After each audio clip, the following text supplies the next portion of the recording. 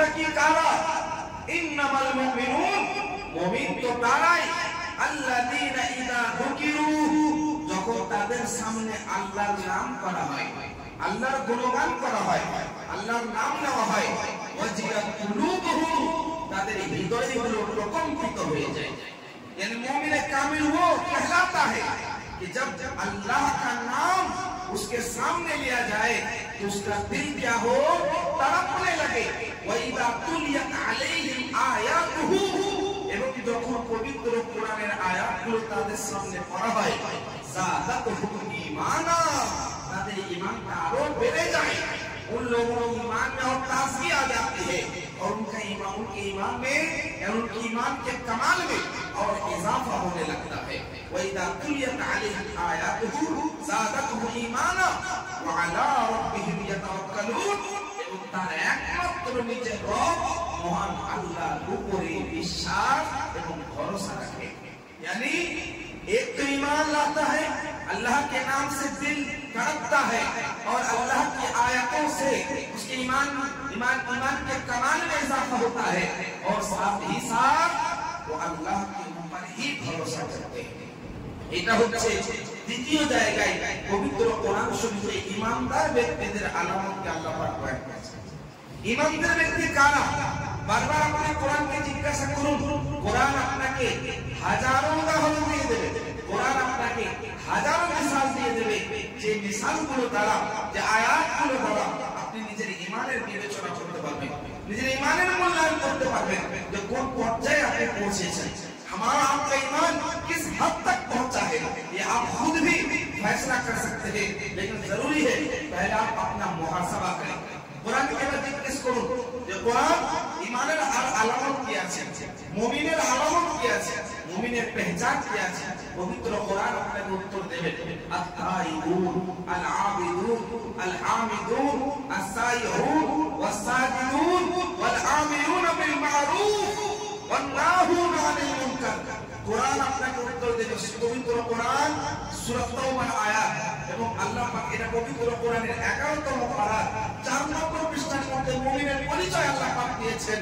আত-তাইবুন আল-আবিদুন আল-হামিদুন আস-সাজিদুন, মুমিন তো তারাই হবে যারা তওবা করবে বেশি বেশি, যারা বেশি বেশি তওবা করে, বেশি বেশি ইবাদত করে, বেশি বেশি সাজদা করে, এবং ভালো কাজের বেশি বেশি নির্দেশ দেয়, এবং খারাপ কাজ থেকে বেশি বেশি দূরে থাকে। ये मोमिन की पहचान जो कुरान आपको देता है, जो कुरान आपको कहता है कि मोमिन वो है जो ज्यादा ज्यादा तौबा भी करता है, नमाज़ें भी पढ़ता है, इबादत भी करता है, और साथ ही साथ भलाई का हुक्म देता है, बुराई से रोकता है। এটা যে মুমিনের পরিচয়, যেটা কোরআন পাক আপনাকে আল্লাহ পাক দিয়েছেন, কোরআনের মাধ্যমে আপনাকে আল্লাহ পাক দিয়েছেন। আরো জিজ্ঞেস করুন যে কোরআন মুমিনের আলামত কি আছে, মুমিনের পরিচয় কি আছে। এই কোরআনগুলো শুনুন, আয়াতগুলো শুনুন, আর নিজে নিজে ভাবুন যে কোরআন যেভাবে বলছে আপনার আমলটা ঠিক তেমন আছে কিনা।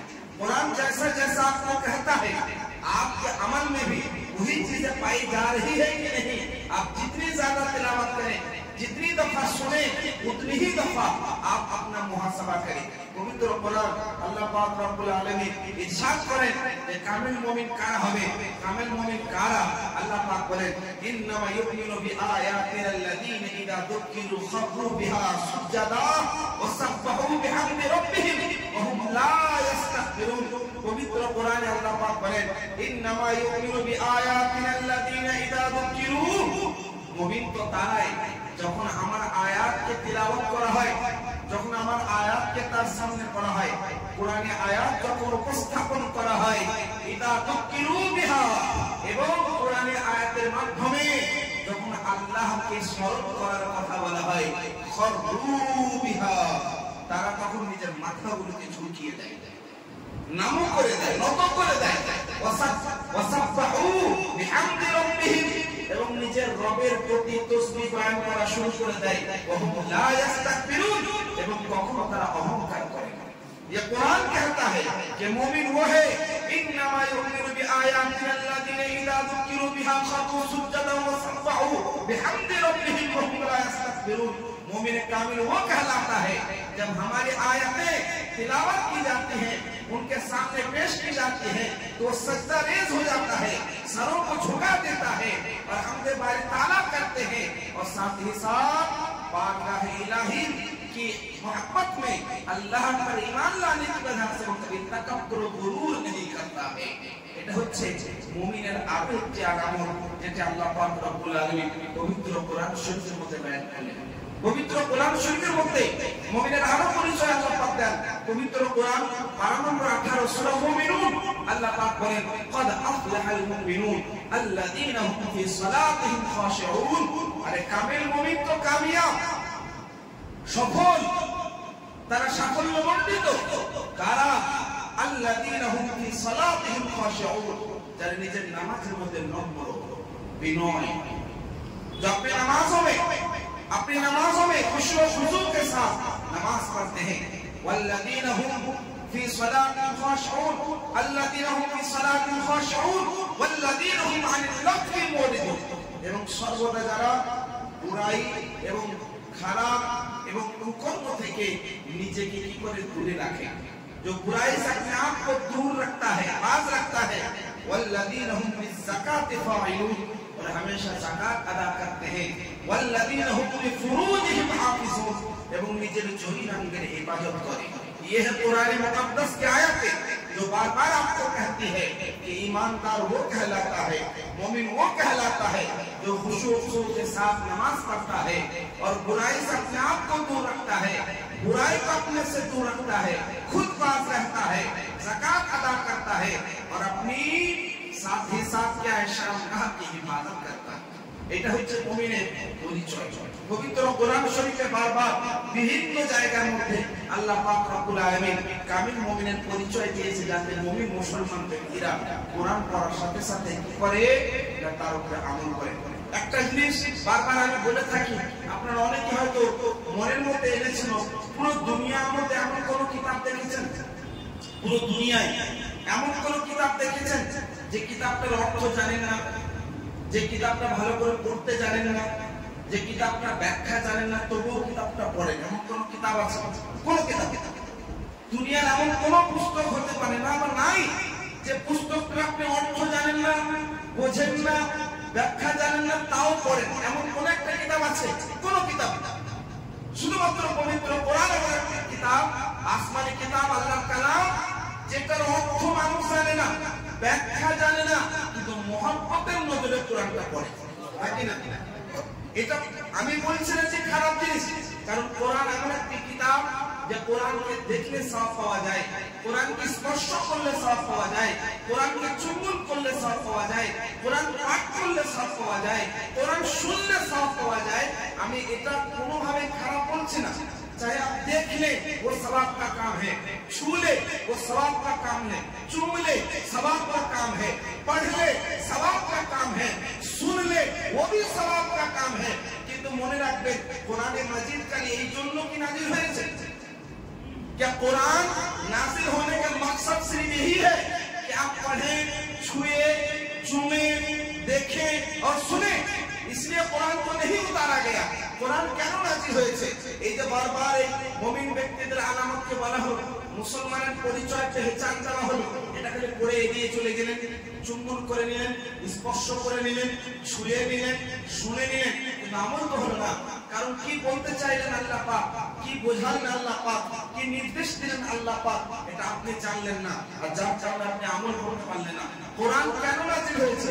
কোরআন নিজেই বলে, ইন্না হাযাল কুরআন ইয়াহদি, নিশ্চয় এটা পবিত্র কোরআন যেটা মানুষকে হিদায়াত দেয়, সুপথের দিশারি হচ্ছে কোরআন, সুপথ প্রদর্শন করে কোরআন। সুতরাং কোরআন হচ্ছে কমপ্লিট কোড অফ লাইফ, আমাদের জীবন যাপনের ব্যবস্থার নাম হচ্ছে কোরআন, যেখানে নিয়ম নীতি লেখা আছে। এমন একটি পুস্তক, এমন একটি মহাগ্রন্থ যেখানে আমাদের জীবন ব্যবস্থা লেখা আছে, আর আমরা জীবন ব্যবস্থা থেকে পড়ে এগিয়ে চলে যাই। যেখানে হয়তো আমাদের কথা এড়িয়ে চলে যাবে, মুমিনের কথা এড়িয়ে চলে যায়, যাকাতের কথা এড়িয়ে চলে যায়। অনেক মানুষ জেনে বুঝে এড়িয়ে যায় না, অজান্তে এড়িয়ে চলে যায়। তো অজান্তে এড়িয়ে যা আর যেমনি ভাবে এড়িয়ে যা, কোরআনের উদ্দেশ্যটা নষ্ট হলো না হলো? कुरान का मकसद खत्म हुआ कि नहीं हुआ? कुरान का मकसद फौत हुआ कि नहीं हुआ? এর মানে এই নয় যে আজকের পর থেকে কোরআন ছুবেন না, স্পর্শ করবেন না, দেখবেন না, শুনবেন, সবই সওয়াবের কাজ। কিন্তু মনে রাখবেন, কোরআন যদি কেউ বুঝে পড়ে, এক একটা কোরআনের হরফ পড়ার কারণে মহান আল্লাহ 700 গুণ পর্যন্ত নেকি প্রদান করেন।